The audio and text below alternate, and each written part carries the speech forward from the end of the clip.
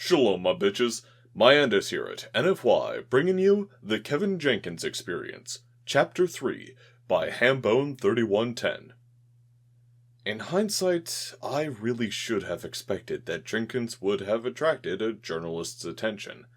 Within hours, our conversation was on a major interstellar newsfeed with an alarming headline. Clips from it were discussed on political discussion broadcasts, most of them chosen to show the worst possible take on what Jenkins had been saying. 3 diurnals later, the council convened a special meeting. I was part of the security force that flew Jenkins to the capital station to be interviewed by a special committee. I wasn't permitted to witness the interview, but every being that entered that chamber exited displaying the signs of worry and stress. Events moved quickly after that. A civilian fleet set out to make contact with Earth in the hopes of talking them out of this religion nonsense. It was met at the edge of their solar system by a hunter fleet that had apparently been preparing to divert a comet in system to hit Earth. The Navy arrived to break up the fight, but only after horrible casualties to the civilians. The incident prompted the Council to do 2 things. First, they passed an amendment to the treaty that allowed for a species to be declared sentient if it had developed calculus rather than interplanetary FTL, though the contact prohibition would remain in effect until the species went interplanetary. The second thing it prompted was the declaration of a surveillance and research mission to Earth.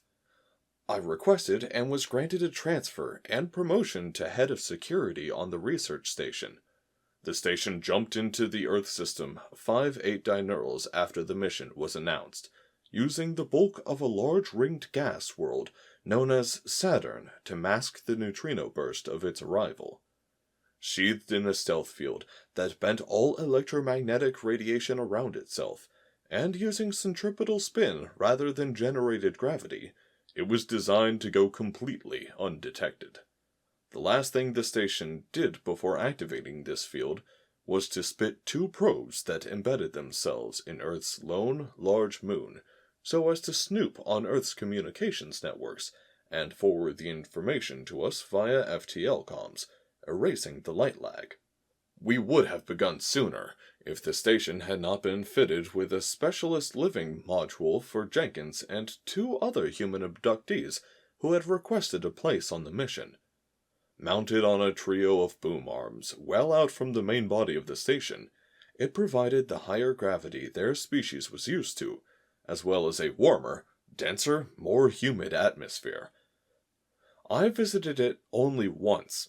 Aside from being 50% heavier than usual, I swiftly felt the heat and humidity make me unwell, and returned to the core of the station, which was tuned to the interstellar norm I was used to.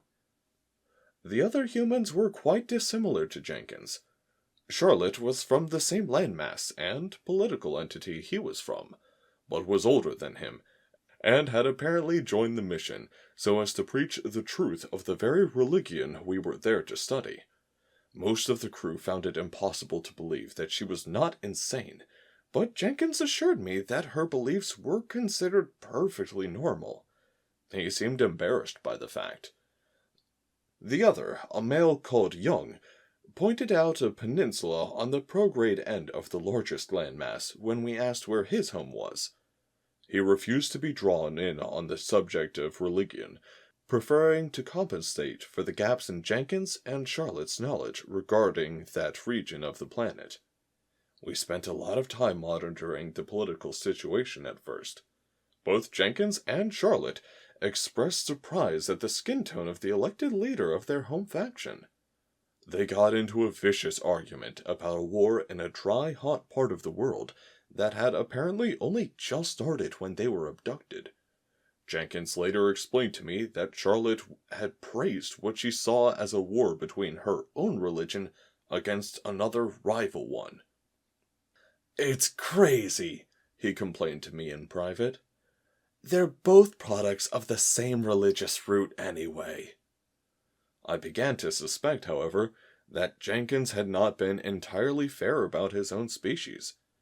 My job was trivially easy, so I spent much of my time browsing the content of their worldwide data network. Whenever Jenkins was with me, I noticed that he had a habit of focusing on the worst aspects.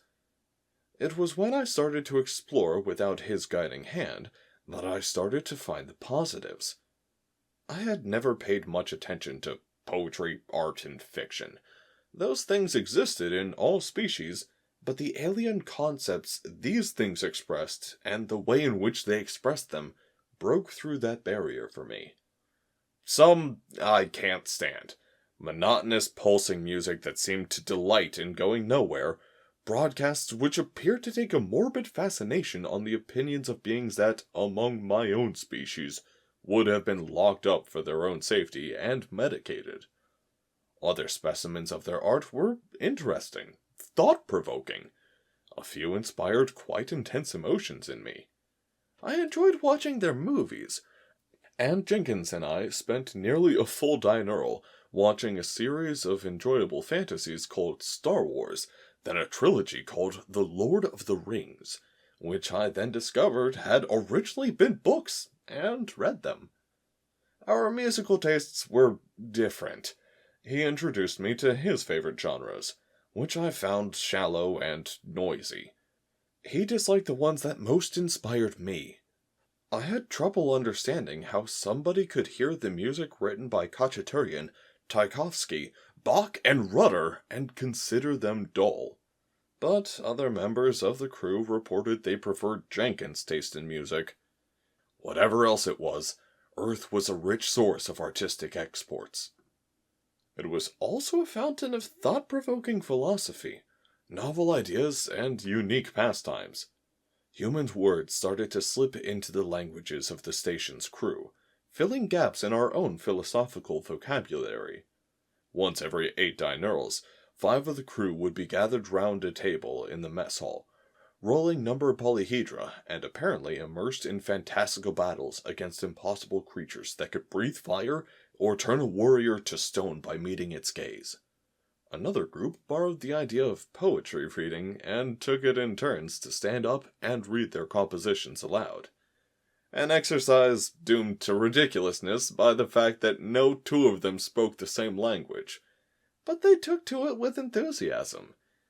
I had to gently ask the scientists to stop gambling on the outcome of human contests of physical skill and endurance, or at least exercise some level of moderation. As part of my job, I was required to pass information of potential military significance back to the Council. The concept of the taser was among the very first. The idea of the suicide bomber was alarming, and caused something of a stir when it was presented to the Committee for Interstellar Security, who called an emergency session to think up means by which such an insane tactic could be countered. In the end, they wound up stealing the best ideas from humanity itself. It was only when I encountered the idea of the tortured poet that things started to fall into place. Up until that point, I had been struggling to reconcile the artistic power of these beings and the nobility of their heroic visions of themselves with the relentless delusion and grinding unpleasantness enacted in its name that played out before me. Now I began to see the shape of it. The demons, a lone word that had filled a conceptual gap we had never been aware of, that tormented humanity, were what inspired it. Surrounded on all sides by an ecosystem saturated with toxic microfauna and parasitic nanoorganisms, by vicious predators, hardy prey, and an explosively unstable tectonic world, they sacrificed their own peace of mind on the altar of evolution. They are not crazy. They are something far more than that. They are tortured geniuses. When they finally get off their world in a meaningful way, they will finally become eligible for contact and for introduction into the interstellar community. We will need to handle them with utmost care. They are physically powerful. Their firearms might not penetrate modern shielding, but our own weaponry will hardly slow them down. And believe me, they will adapt and overcome. The chemical weapons they use as less lethal alternatives would slaughter us. The water cannons they use to suppress riots would pulverize our bones. They are not only willing to die in the name of a faction, they will do so gladly and eagerly. They are mentally overwhelming. Their ideas are powerful. Their inventiveness puts us to shame. Their philosophy explores avenues of thought that simply never occurred to us. But the most important part is that they must never, ever learn how much superior they are to us in so many ways. I think the idea would break them. You see, Earth is a death world. To survive, they had to evolve not just intelligence, but the ability to apply it like a weapon. They didn't evolve to merely overcome adversity. They evolved to thrive in it.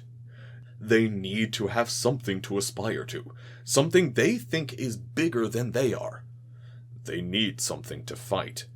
Without a challenge, I think they very swiftly get depressed.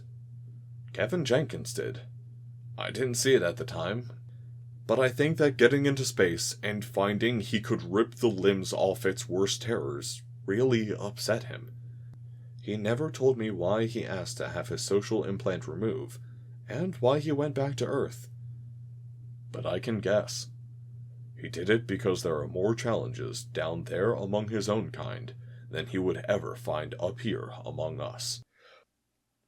Anyways, I hope you guys enjoyed that one. Go ahead and leave a like if you did. Go ahead and leave a comment if you would like me to hear what you have to say. Go ahead and subscribe if you would like to hear more of my stuff, and go ahead and hit the bell icon on the side, assuming that you want to keep up with the shenanigans that I'm going to be doing. Have a nice one, y'alls.